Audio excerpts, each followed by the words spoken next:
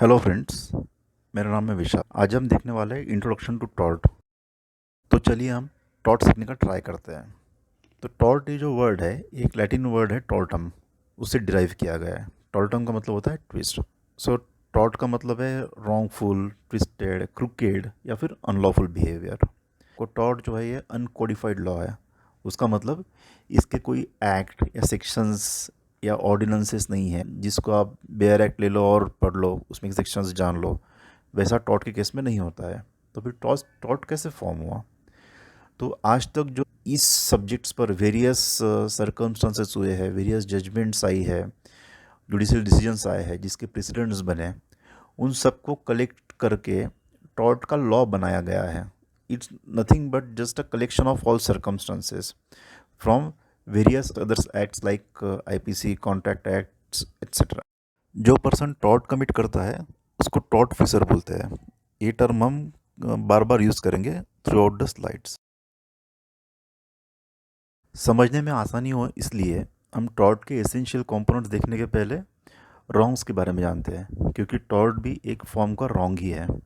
सो wrongs हमारी language में गलतियाँ या रॉन्ग्स दो टाइप के होते हैं, मॉरल रॉन्ग्स या लीगल रॉन्ग्स। मॉरल रॉन्ग मतलब नैतिक गलतियाँ और लीगल रॉन्ग्स मतलब कानूनी गलतियाँ।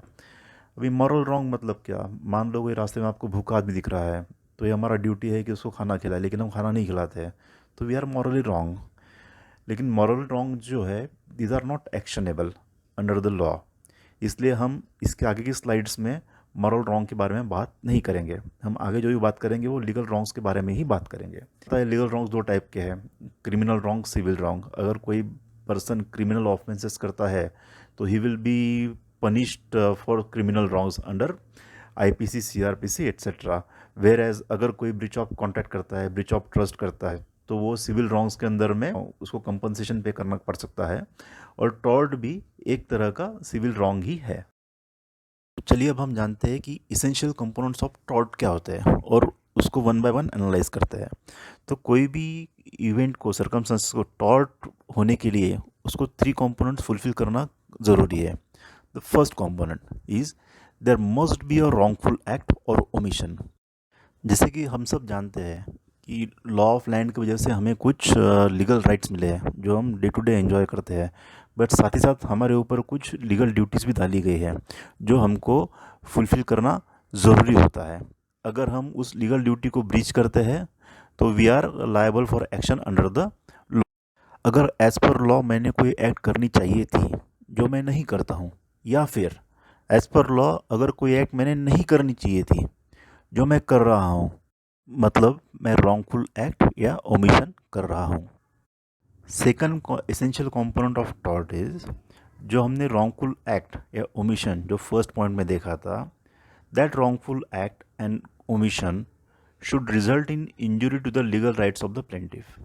यहाँ पे injury doesn't mean a physical injury, it means injury to the legal right. This doesn't matter whether this infringement of legal right is involving monetary loss to the party or not.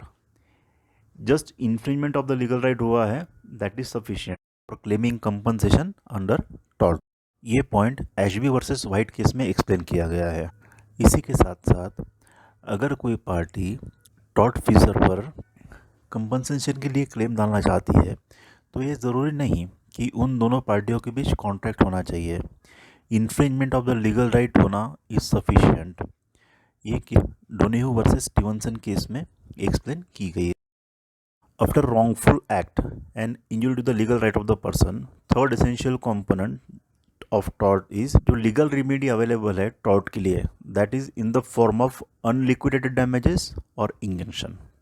अभी unliquidated damage मतलब क्या होता है, तो उसके पहले हम liquidated damages क्या होता है वो सीखते हैं।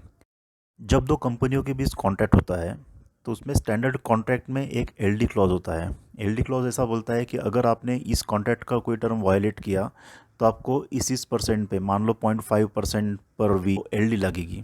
उसका मतलब वहाँ पर in contract the LD, that is liquid damages for the breach of the contract, specifically दिए गए हैं। लेकिन इन केस ऑफ टॉर्ट हमको जो डैमेजेस लगने वाले हैं वो स्पेसिफिकली पता नहीं होते।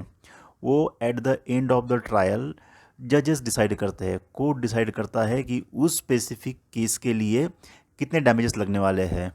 तो इसीलिए जो डैमेज हम प्री डिटरमाइन नहीं कर सकते at the beginning of the case, उसको बोलते हैं अनलिक्विडेटेड डैमेजेस। ये डैमेजेस का वैल्यू वेरी होता है depending on the gravity of the wrongful act, conduct of the tort phasor और जो सर्कमस्टांसेस है केस के, उसके बेस पे वो डिफाइन होता है। तो क्विकली हमें तीनों कंपोनेंट को रिवाइज कर लेते हैं। द फर्स्ट कंपोनेंट इज वहाँ पर रॉन्गफुल एक्ट या ओमिशन होना चाहिए। Second component is because of this wrongful act और ओमिशन प्लेंटिफ के लीगल राइट्स का इन्फ्रिंजमेंट होना चाहिए। और third, because for this infringement legal remedy is in the form of unliquidated damages. अगर ये तीनों कंडीशन मीट होती है तो उसको हम टॉर्ट बोल सकते हैं। हमारा टॉर्ट टर्म का अंडरस्टैंडिंग फुल प्रूफ बनाने के लिए हम एक एग्जांपल लेते हैं।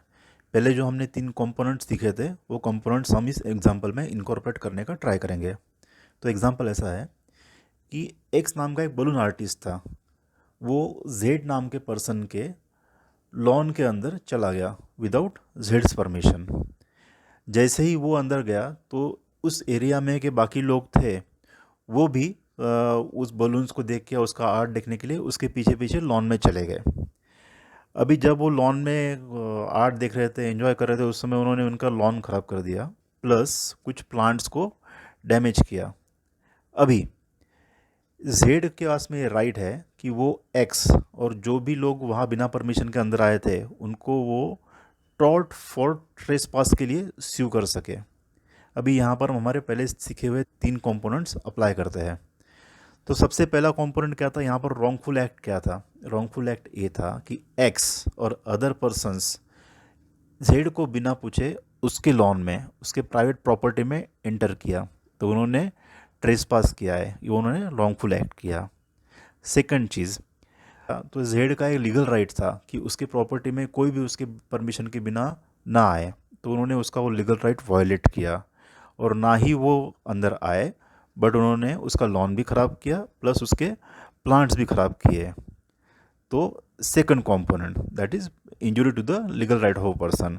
अभी थर्ड राइट, इस केस में जेड, एक्स और उन सभी लोगों पर जो उसके लॉन में बिना परमिशन के आए थे उन पे लीगल केस कर सकता है, उन पे वो सिविल सूट फाइल कर सकता है इन सिविल कोर्ट, और उस सूट के अगेंस्ट में उसको जो कोर्ट डिसाइड करेगा वो डैमेजेस उसको मिलेंगे, मतलब उसको अनलिक्विडेटेड डैमेज मिलेंगे at the end of the trial.